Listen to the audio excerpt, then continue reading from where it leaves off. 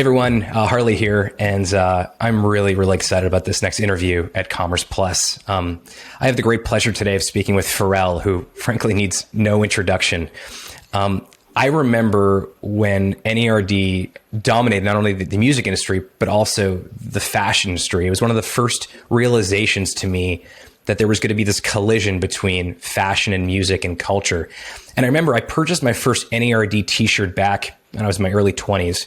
And it was the first time that I think I connected a music brand, a music group, and fashion at the exact same time. It felt so authentic. And, you know, when I think about other bands that I grew up liking and musicians, if I want to buy a piece of merch from them, it usually was some shitty Gildan t-shirt with a bad screen print.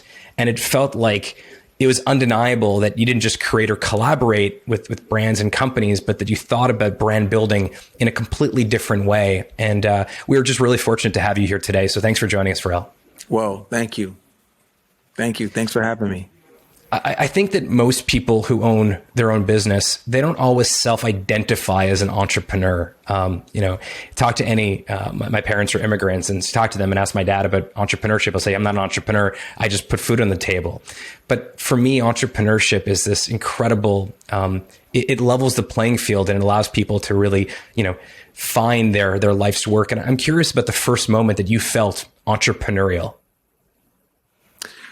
Well, I don't know that I've always felt entrepreneurial. I think that word entrepreneur has always intimidated me. Me and Jay-Z made a song about it. But that word's always intimidated me like it does most other people. Like you said, when you referenced your father, he said he's not an entrepreneur. He said he just puts food on the table because there was something that he felt like he either could do or that he needed to do, and that it was going to be a means to an end for him. And I think I relate to that a lot in the sense that, there's either something that I felt compelled to do or something that I felt like, I would enjoy doing that would, get me a result that I wanted. And especially if I felt like it didn't exist elsewhere. That's when it really, put a battery in my back. It's interesting because even, when I obviously don't speak as nearly as much as you do, but often when people ask me my story and they want to hear about Shopify, they often never ask me, well, what happened before Shopify? And I had a t-shirt business. I used to DJ when I was in high school because I wanted to be a DJ. Nobody would hire me. So I started my own little DJ business, but no one really, they want to hear the highlight reel. No one really wants to talk about the failures. And at Shopify, we talk a lot about how mentally challenging it is to create something, to run something, no matter who you are. I'd love to hear from you, if you're willing to share this, a time or a failure that you had that sort of helped you define your growth in your professional career from there. Like, how do you handle those failures? How do you think about failure? So failure to me is less about that word and the undeserved awe that we put on it. And I kind of repurpose it as a lesson, right? The issue is, it's like you fail a bunch of times and you're just like a failure, right? But if you don't learn the lesson a bunch of times, then you're just like someone who enjoys losing, right? And I think one of my greatest issues in the past was vetting. You got to vet people. The other thing is find people who are so much better at their job than you are at your job. Yeah. Amen. You know what I mean? Especially if it's your company, everyone in there should be better than you, meaning they've gone through crisis before. They can deal with crisis management. You know what I mean? Force majeure, like anything happens right now, they got it. They've been through it before. Because it's like, I never ran track, but I've always heard that if you ever want to be faster, you got to run with a bunch of people who are way faster than you. And there's something that happens with us as humans. When you are surrounded by those who are superior in their performance than you are, you're bound to be lifted up if you're as ambitious. If not, you're wasting everyone's time. Yeah. And so for me, vetting and doing the work, finding people who are monsters at their job. That's what costed me in a couple of, those were the bumps in my roads. It was not choosing right. And then, by the way, not realizing how blessed I was at the time, you know. So, and that was only short lived, because once I got it, I got it. I vetted for the right people. I cherished the relationships when I got them, and I've done everything in my power to continue to let these people know how important and how integral they are to, my journey. It's funny because I think so many, you're talking about, the human condition is that we tend to want to be comfortable, but actually the magic happens when we get really comfortable with being uncomfortable. And I think you see a lot of artists and a lot of entrepreneurs, they tend to surround themselves with people just like them. And that may work out, but often it doesn't. And actually, when you start surrounding yourself with people that are way better than you, it's something you don't even understand. That's kind of where the magic starts to happen. 100%. And by the way, on the other side of your discomfort is where your real true journey begins. When you're walking around, you've decided, whether you want to admit it or not, you've decided that you have, and I'm talking about the listeners out there right now, but, you've decided, oh, this is my walk. Mm-hmm. This is the way I stand. Oh, when I stop, this is how I stop. And this is what I do. And this is what I do with my hand. And when I take my first step, this is what I do. Right. That's not really who you are. That's choreographed, and that is practice. And that is what you've decided is the coolest way from your point of view. But the minute that you trip and fall, when you hit that ground, that's who you are.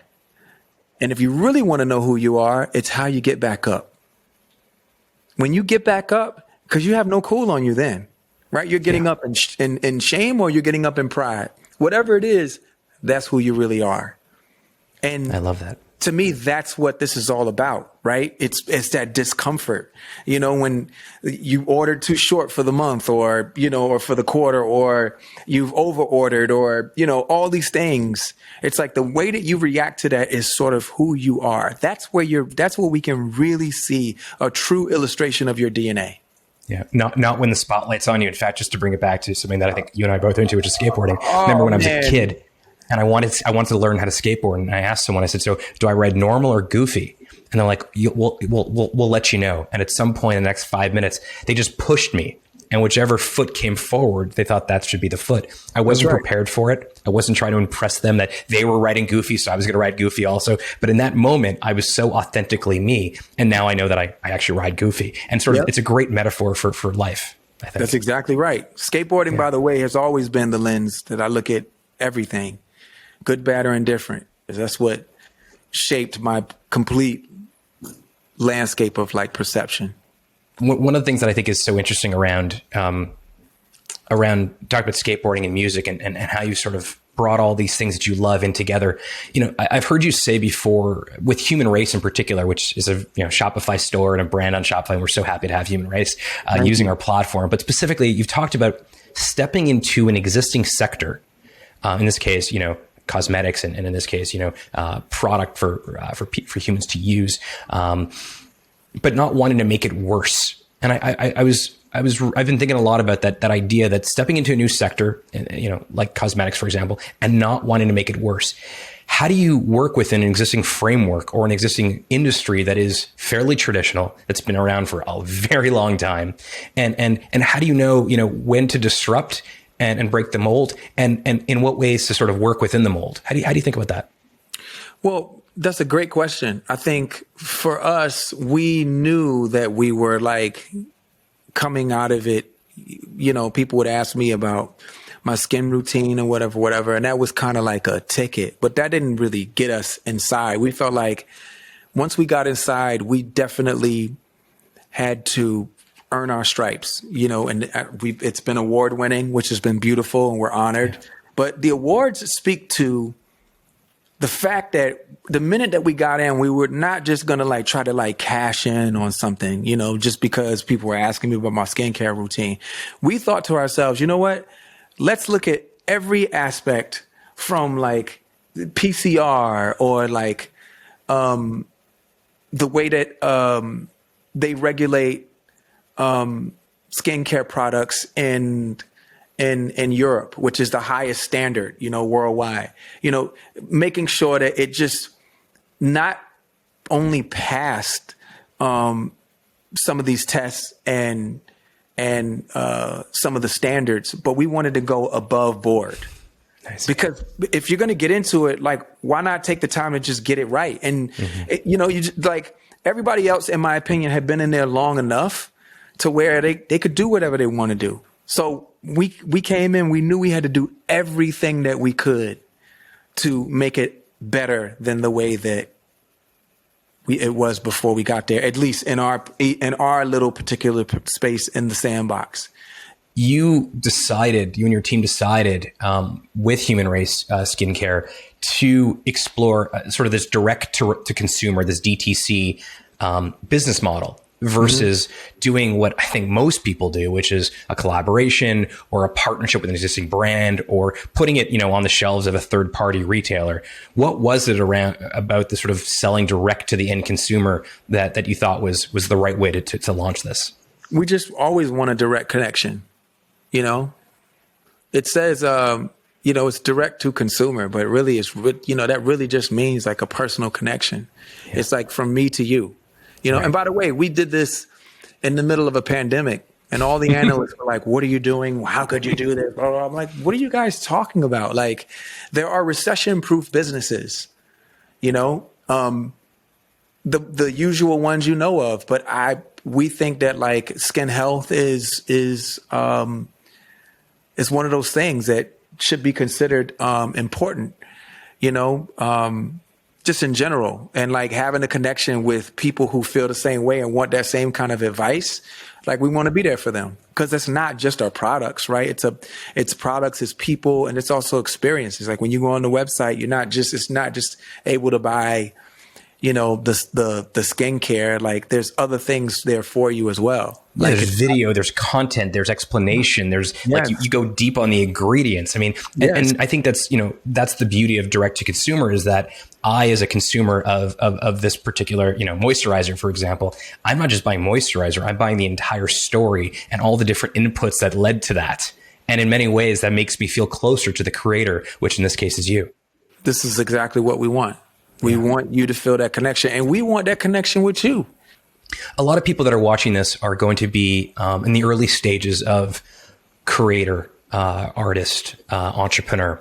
And, many of your brands, I think, would set you apart even across, the other very well-known, very successful artists, is that your brands in particular seem to have stood the test of time in a very unique way. And where different generations of consumers have an association to you, Pharrell, have an association to what you've built. And I'd love for you to sort of maybe talk a little bit about how like any advice you have for someone who's just getting started in entrepreneurship or in creating music or creating clothing or skincare or skin health, about building a brand or building a company that has longevity to it, that has a longer term impact. So one, find something that you love to do, something that you would do for free just because you were happy to be there. Like you'd be happy to be an intern, right? Yeah. One. Number two, try to find like a vocation connected to it. Do whatever it takes. Find a vocation that is connected to something that you love so much that you would show up for free, right? So those are two things. Number three, if you can find a way to service humanity as well with that job, well, now you have a dream job that you wake up every day and feel like you get paid for free. And you are also contributing to karma, good karma or goodwill. Like that's the reason why you start a business if you're going to start one. Pharrell, thank you so much for this. I can speak for everyone watching, and myself included. We are inspired by you. We are inspired by what you've done. And honestly, it's not just the success that you've had, it's the way that you've carried yourself with class and character and authenticity. And just want to say thank you. No, thank you. And thank you for having us up on Shopify. Like this has been a great experience. I don't know if some of the people are already, the people who are on, you already know how great the experience is with Shopify. But if you're thinking about it, let me just tell you, if you're able to come up here and be a part of this platform, you're in great, great, great company. And as I said to you before, surround yourself with people who are better than you. Like this is a university Shopify. So thank you for having us here. Thank you for means so much to me. Thank you. My bro.